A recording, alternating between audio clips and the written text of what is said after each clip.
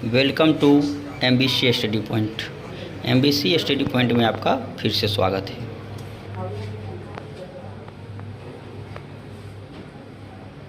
आज class 10th history chapter 3 का अति लघुत्तरीय प्रश्न का ओरल टेस्ट होगा।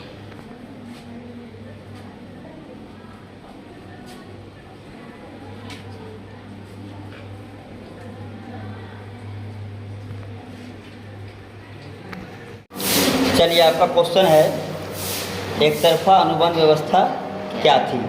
इसका जवाब साक्षी यादव देगी। बताओ।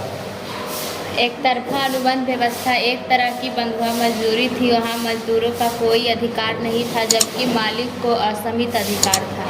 चलिए, सही बात है कि एक तरफा अनुबंध व्यवस्था उस समय जो था एक तरफ की बंधुआ मजदूरी थी, जहाँ की मजदूरों का कोई भी अधिकार नहीं था, लेकिन मालिक को पूरा अधिकार था, असीमित अधिकार था, अनंत अधिकार वहाँ था। ये आपका अगला क्वेश्चन है, बाओदाई कौन था? बाओदाई कौन था? इसका आंसर बताएगा विक्की कुमार। बताओ। वाओदाई अन्नाम का शासक था। 1945 ईस्वी को जब वियतनाम एक गणराज्य बना तो वे 25 अगस्त 1945 ईस्वी को वियतनाम को छोड़कर लंदन में जाकर बस गए और 1949 में वे फिर सैनिक की मदद से दक्षिण वियतनाम का शासक बन गया। वाओदाई अपने आप को कमज़ोर समझता था। चलिए, बहुत अच्छी बात है कि ये बात सही है कि बाओदाई अन्नाम का एक शासक था। 1945 ईस्वी को जब वियतनाम एक गणराज्य बना तो वह 25 अगस्त 1945 को वियतनाम को छोड़ दिया था और छोड़कर लंदन में जाकर बस गए थे। और फिर 1949 ईस्वी में सैनिकों की मदद से वो दक्षिणी वियतनाम का शासक बन गया। और ये बात भी हकीकत है कि बाओदाई अपने आप को एक कमज़ोर शासक समझता था, वो अपने आप को कमज़ोर समझता था। चलिए, बहुत अच्छी बात है। चलिए, अगला प्रश्न है आपका, हिंद चिन्ह का अर्थ क्या है? हिंद चिन्ह का अर्थ क्या है? इसका जवाब अनुप्रिया कुमारी देगी। बताओ बाबू।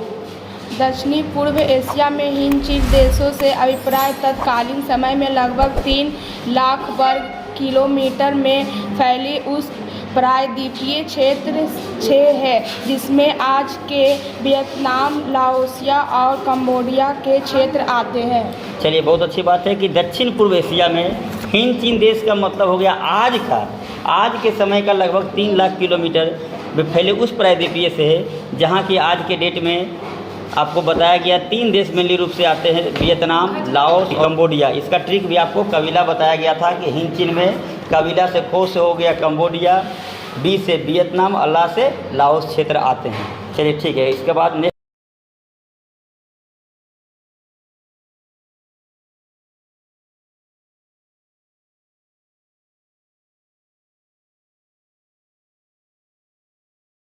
चलिए, आपका नेक्स्ट क्वेश्चन है, जेनेवा समझौता कब और किसके बीच हुआ? यानी आपको जेनेवा समझौता के बारे में बताना है। इसका जवाब अमीषा कुमारी बताएगी। मई 1954 ईस्वी में जेनेवा में हिंद चीन समस्या पर वार्ता हेतु एक सम्मेलन बुलाया गया, जिसे जेनेवा समझौता कहा जाता है। और इसके बारे में थोड़ा सा डिटेल बताओ। जेनेवा समझौता ने पूरे वियतनाम को 2 हिस्सों में बांट दिया। पहला, उत्तरी वियतनाम साम्यवादी समर्थक, दक्षिणी वियतनाम अमेरिका समर्थक।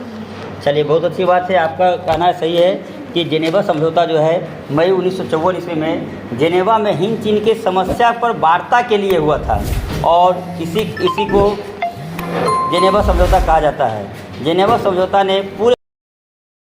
आपका नेक्स्ट क्वेश्चन है, हुआ आंदोलन की चर्चा करें। अर्थात इसमें हुआ आंदोलन जो हुआ था इसके बारे में आपको कुछ बताना है। इसका जवाब श्वेता कुमारी बताएगी।